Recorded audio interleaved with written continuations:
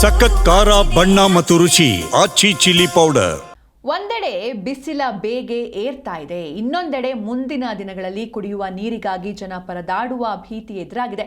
ಇಂತಹ ಸಂದರ್ಭದಲ್ಲಿ ಅಧಿಕಾರಿಗಳ ಬೇಜವಾಬ್ದಾರಿಯಿಂದಾಗಿ ಅಮೂಲ್ಯವಾದ ನೀರು ವ್ಯರ್ಥವಾಗಿ ಹರಿದು ಹೋಗಿದೆ. ಘಟನೆ ಆಗಿದ್ದಲ್ಲಿ ರೈತರು ಹೇಳಿದ್ದೇನು ತೋರಿಸ್ತೀವಿ ನೋಡಿ.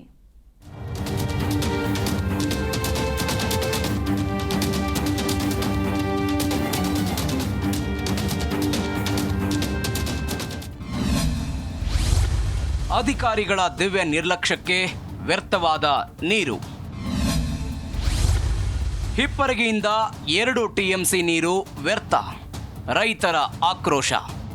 ಇದು ಬೆಳಗಾವಿ ಮತ್ತು ಬಾಗಲಕೋಟೆ ಜಿಲ್ಲೆಯ ಜೀವನಾಡಿಯಾಗಿರುವ ಹಿಪ್ಪರಗಿ ಬ್ಯಾರೇಜ್. ಈಗ ಈ ಬ್ಯಾರೇಜ್ ಸುದ್ದಿ ಮಾಡ್ತಾ ಇರೋದು ನೀರು ತುಂಬಿ ತುಳುಕ್ತಾ ಇರೋದಕ್ಕಲ್ಲ, ಬದಲಾಗಿ ಅಧಿಕಾರಿಗಳ ನಿರ್ಲಕ್ಷ್ಯದಿಂದ ನೀರು ಪೋಲಾಗ್ತಾ ಇರೋದಕ್ಕೆ.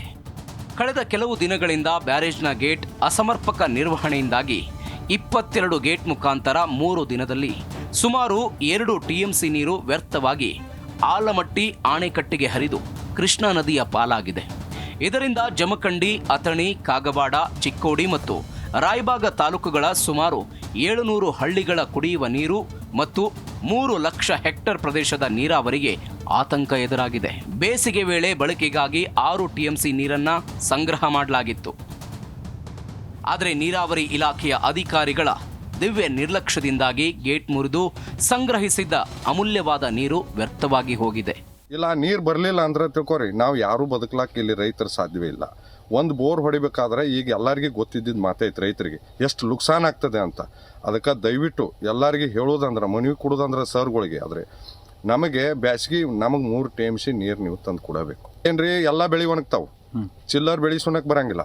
ನಮ್ದು ಕಬ್ಬದಂತರೂ ಬಿಡ್ರಿ, ಚಿಲ್ಲರ್ ಬೆಳೆನೇ ಬರಂಗಿಲ್ಲ. ಮತ್ತು ನಮ್ಮ ದನಗಳಿಗೆ ಕುಡಿಲಾಕ ನೀರು ಸಿಗಂಗಿಲ್ಲ. ಮುಂದೆ ನಮಗೆ 3 ತಿಂಗಳು ಹೋಗ್ತಾವೆ ನೀರು. ನಮಗೂ 3 ತಿಂಗಳು ನೀರು ಹೋದರೆ ನೀವು ರೈತರದ್ದು ಅರ್ಥ ಮಾಡ್ಕೊರಿ. ಎಲ್ಲ ರೈತರ ಮೇಲೆ ನೀವು ಬರೀ ಹೊರ್ಲಾಗ್ತೀರಿ. ರೈತರು ಯಾರು ಒಬ್ಬರು ತಡೆಯಂಗಿಲ್ಲ ಹಿಂಗಾದ್ರೆ. ಮತ್ತು ಎಲ್ಲ ರೈತರು ನುಕ್ಸಾನ್ದಾಗ ಅದೀವಿ ನಾವು, ಒಬ್ಬರು ರೈತರ ಲಾಭದಾಗ ಯಾರೂ ಇಲ್ಲ. ಮತ್ತು ರೈತರ ಬದ್ದಲ್ಲ ನೀವು ಒಬ್ಬರು ಕೇರ್ ಮಾಡಲಿಲ್ಲ ಅಂದ್ರೆ ರೈತರು ಯಾರೂ ತಡೆಯಂಗಿಲ್ಲ. ಸ್ಥಳೀಯ ಶಾಸಕರಿಗೆ ಏನು ಹೇಳ್ತೀರಿ? ಏನಿಲ್ಲ, ಅವ್ರಂತರೂ ಮನವಿ ಕೊಡ್ತೀವಿ ನಾವು.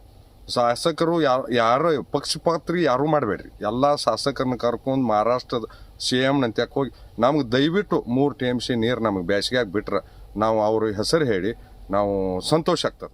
ಹಿಪ್ಪರಗಿ ಬ್ಯಾರೇಜ್ ನಂಬಿಕೊಂಡು ಸಾವಿರಾರು ಎಕರೆ ಪ್ರದೇಶದಲ್ಲಿ ಕಬ್ಬು, ಗೋಧಿ ಮತ್ತು ಇತರ ಬೆಳೆಗಳನ್ನ ಬೆಳೆಯಲಾಗಿದೆ. ಪ್ರತಿ ಹನಿ ನೀರಿಗೂ ಪರದಾಡುವ ಕಾಲ ಹತ್ತಿರ ಇರುವಾಗ ಕಣ್ಣೆದರೆ ನೀರು ವ್ಯರ್ಥವಾಗ್ತಾ ಇದ್ರೂ ನೀರಾವರಿ ಇಲಾಖೆಯ ಅಧಿಕಾರಿಗಳು ಮಾತ್ರ ಮೌನಕ್ಕೆ ಶರಣಾಗಿದ್ದಾರೆ. ರೈತ ಸಂಘಟನೆಗಳು ಆಕ್ರೋಶ ವ್ಯಕ್ತಪಡಿಸ್ತಾ ಇದ್ದು ಅಧಿಕಾರಿಗಳ ದಿವ್ಯ ನಿರ್ಲಕ್ಷ್ಯವೇ ಇದಕ್ಕೆ ಕಾರಣ ಅಂತ ಕಿಡಿಕಾರ್ತಿದ್ದಾರೆ. ಆದರೆ ಅಧಿಕಾರಿಗಳು ಮತ್ತು ಕ್ಷೇತ್ರದ ಶಾಸಕರು ಇದಕ್ಕೆ ಹೇಳೋದೇ ಬೇರೆ. ಈ 6 TMC ನಮ್ಗೆ ಫುಲ್ ಇತ್ತು ಅಟ್ ಪ್ರೆಸೆಂಟ್. ಆ ಟೈಮಲ್ಲಿ ಅದು ಆಲ್ಮೋಸ್ಟ್ 3.75 ಅಂದರೆ ಟೋಟಲ್ ಬಂದಿದೆ. 2.25 to 2.3 ಅಷ್ಟು ಹೋಗಿದೆ ನೀರು. ಇನ್ಫ್ಲೋ ಇದೆ, ಅದು ಮತ್ತೆ ಒಂದು ಲೆವೆಲಿಗೆ ತುಂಬ್ಕೋಬೇಕಂತ ನಮ್ಗೆ ತುಂಬೋದು ಅಂತ ನಮಗೊಂದು ಆಶಾಭಾವನೆ ಇದೆ. ಇನ್ಫ್ಲೋ ಇದೆ, 450 ಇದೆ, 456 ಇದೆ. ಆಲ್ಮೋಸ್ಟ್ 2004 ಇನ್ಸ್ಟಾಲ್ ಆಗಿದಂಥ ಗೇಟ್ಸು. ಹೊಸ ಗೇಟ್ಸ್ ಅಂದರೆ 2 ಕಡೆ ವಾಟರ್ ಇದೆ ನಮ್ಮದರಲ್ಲಿ. ಬ್ಯಾಕ್ ವಾಟರ್ ಆಫ್ ಆಲ್ಮಟ್ಟಿನೂ ಇದೆ, ಫ್ರಂಟ್ ವಾಟರ್ ಇದೆ.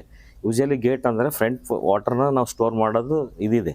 ಆ್ಯಕ್ಚುಲಿ ಬೇರೆ ಗೇಟ್ಗಳಲ್ಲಿ ಬ್ಯಾರೇಜ್ಗಳಲ್ಲಿ ಅಂದರೆ ಸ್ಟೋರ್ ಮಾಡ್ತೀವಿ, ನೀರು ಹೋಗ್ತೀವಿ. ಇದರಲ್ಲಿ ಬ್ಯಾಕ್ ವಾಟರ್ ಫ್ರಂಟ್ ವಾಟರ್ ಇರೋದ್ರಿಂದ ಸ್ವಲ್ಪ ಕರೋಷನ್ ಆಗ್ತಾ ಇರ್ತಲ್ಲ, ಅದಕ್ಕೋಸ್ಕರ ನಾವು ಅದು ರಿಪ್ಲೇಸ್ ಮಾಡೋಕ್ಕೂ ಅದನ್ನು ನಾವು ಪ್ರಸ್ತಾವನೆ ಸಲ್ಲಿಸ್ತೀವಿ.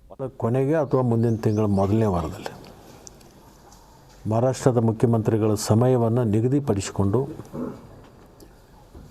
ಈಗೇನು ನಮ್ಮ ಮಹಾರಾಷ್ಟ್ರ ಗಡಿಯಿಂದ ಹಿಪ್ಪರಗಿ ಬ್ಯಾರೇಜ್ವರೆಗೆ ಎಡಕ್ಕೆ ಮತ್ತು ಬಲಕ್ಕೆ ಬರ್ತಕ್ಕಂಥ ಶಾಸಕರಿದ್ದಾರೆ, ಅವರು ಪಕ್ಷಾತೀತವಾಗಿ ಅವ್ರನ್ನೆಲ್ಲ ಕರ್ಕೊಂಡು, ಉಪಮುಖ್ಯಮಂತ್ರಿಗಳನ್ನು ಕರ್ಕೊಂಡು ಮಹಾರಾಷ್ಟ್ರದ ಮುಖ್ಯಮಂತ್ರಿಗಳಿಗೆ ಭೇಟಿಯಾಗಿ 2 TMC ನೀರನ್ನು ತಂದು ಬೇಸಿಗೆ ಕಾಲದಲ್ಲಿ ಆಗ್ತಕ್ಕಂಥ ಸಮಸ್ಯೆಯನ್ನು ಬಗೆಹರಿಸುವಂಥದ್ರ ನಿಟ್ಟಿನಲ್ಲಿ ಈಗಾಗಲೇ ನಾವು ಮತ್ತು ಉಪಮುಖ್ಯಮಂತ್ರಿಗಳು ಇದನ್ನು ಚರ್ಚೆ ಮಾಡಿದ್ದೀವಿ. ಈಗಲಾದರೂ ಸಂಬಂಧಪಟ್ಟ ಸಚಿವರು ಮತ್ತು ಹಿರಿಯ ಅಧಿಕಾರಿಗಳು ಎಚ್ಚೆತ್ತುಕೊಳ್ಳಬೇಕಾಗಿದೆ. ಹರಿದು ಹೋದ ನೀರನ್ನ ಮರಳಿ ತರೋದಕ್ಕೆ ಸಾಧ್ಯ ಇಲ್ಲ, ಆದರೆ ಉಳಿದಿರುವ ನೀರನ್ನಾದರೂ ಸಂರಕ್ಷಿಸಿ ರೈತರ ಹಿತ ಕಾಯಬೇಕಾಗಿದೆ.